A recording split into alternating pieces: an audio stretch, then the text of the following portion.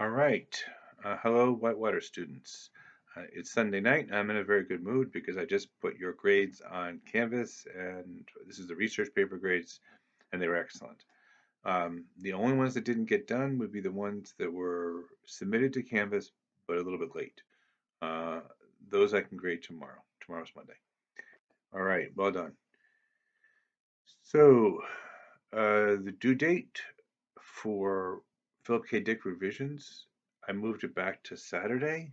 That's fine, but that's also the deadline for extra credit, which I'm now moving back. I'll change that on Canvas so you have a little bit more time. All the instructions are on Canvas, just look there. Uh, Mara and Don journal is due Thursday and at midnight, and I can't give extensions for that.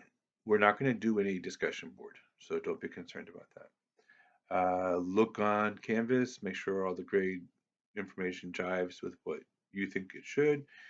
Send me an email if it doesn't look right. We've been working out those problems pretty easily.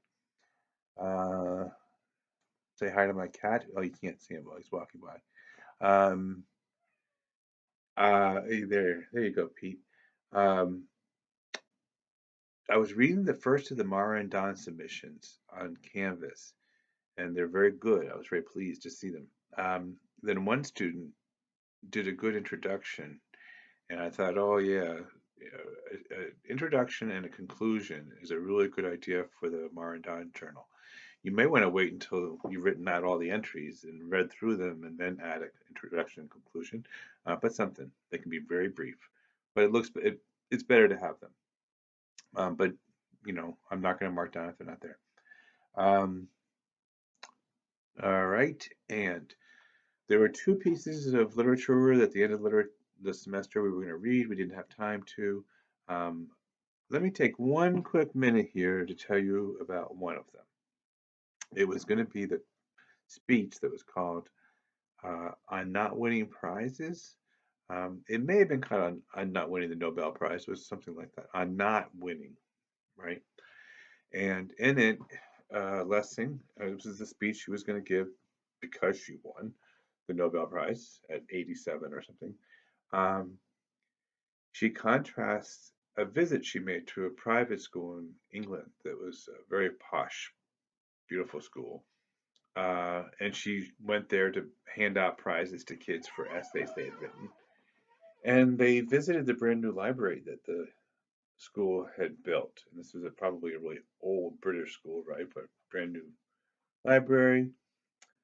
And she said it was empty. The kids who went to the school, very affluent kids, probably with amazing computers, had no interest in the library or the books that were there. Um, then she heard a story about uh, Africa, where she's from, and where there's a place where the drought is so terrible that the government has to distribute water regularly. You go to these places with your watering cans. This is seen right out of Marandan, right? And you wait in line and you get water. And young woman was there with her two small children, and so it was a very long wait in line.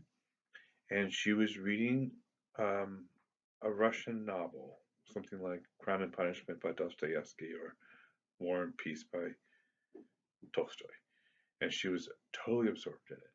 So what was found out about it was that she had been taught to read when she was quite young, a very good reader, although she barely had time or opportunity to. And somebody had left one third of this book at this watering station. We won't get into why it was only one third of a book. And she, just a natural reader, given so few opportunities to, was lost in this book. Lessing contrasts those two scenes, right?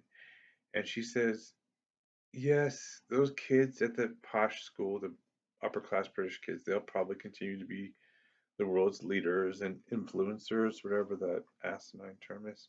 Um, and they'll win prizes their whole lives, the prizes we like to give each other, in our world of success. And she said, but maybe down the line in the future, oh, look, you can see my cat back there.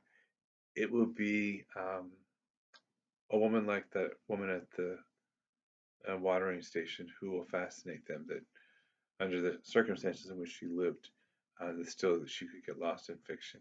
This whole story's meaning is lost because of that cat undermining my pompous delivery of the wisdom of Doris Lessing. Doris Lessing would have loved that subterfuge of my efforts there. She was a huge cat lover, and she also liked to tell professors when to shut up.